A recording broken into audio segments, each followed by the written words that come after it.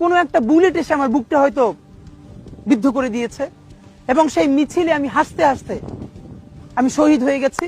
আমি তখন হাসতে হাসতে আল্লাহর কাছে ভীষণ সন্তুষ্টি নিয়ে পৌঁছতে চাই যে আমি একটা ন্যূনতম ওই জীবনটা লিড করতে পারলাম, যে আমি একটা ইনসাফের হাসি নিয়ে আমি আমার আল্লাহর কাছে পৌঁছতে চাই। হায়াত মৌতের মালিক আল্লাহ, ন্যূনতম সিকিউরিটি নিয়ে চলাও হলো সুন্নাহ। কিন্তু আমাদের লড়াইটা হলো, আমার মা স্বাভাবিকভাবেই কান্নাকাটি করেন, আমার পরিবার সবাই। তো আমি আমার মাকে বলেছি যে দেখো, মানে আমরা যে লড়াই নেমেছি, আমার একটা মনে হয় কি কোনো রাজনীতিবিদের না বাসায় মৃত্যুটা হইতে পারে না, এটা কোনো ভালো মৃত্যু না।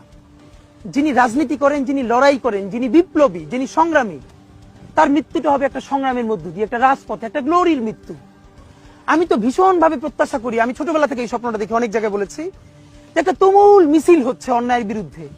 সেই মিছিলের সামনে আমি আছি, কোনো একটা বুলেট এসে আমার বুকটা হয়তো বিদ্ধ করে দিয়েছে এবং সেই মিছিলে আমি হাসতে হাসতে আমি শহীদ হয়ে গেছি। এবং সবাই যখন মৃত্যুটাকে ভীষণ ভয় পায়, আমি তখন হাসতে হাসতে আল্লাহর কাছে ভীষণ সন্তুষ্টি নিয়ে পৌঁছতে চাই যে আমি একটা ন্যূনতম ওই জীবনটা লিড করতে পারলাম, যে আমি একটা ইনসাফের হাসি নিয়ে আমি আমার আল্লাহর কাছে পৌঁছতে চাই। সুতরাং আগামী 50 বছর বাঁচলাম, কোন ইম্প্যাক্ট তৈরি হলো না আমারে দিয়ে, দেশের জন্য, রাষ্ট্রের জন্য, উম্মার জন্য, জাতির জন্য। কিন্তু আমি ধরেন 5 বছর বাঁচলাম, সেটার মধ্য দিয়ে যদি আগামী 50 বছরের ইম্প্যাক্ট তৈরি হয়, তাহলে অনেকদিন বেঁচে থাকায় কি সাফল্যের বলেন?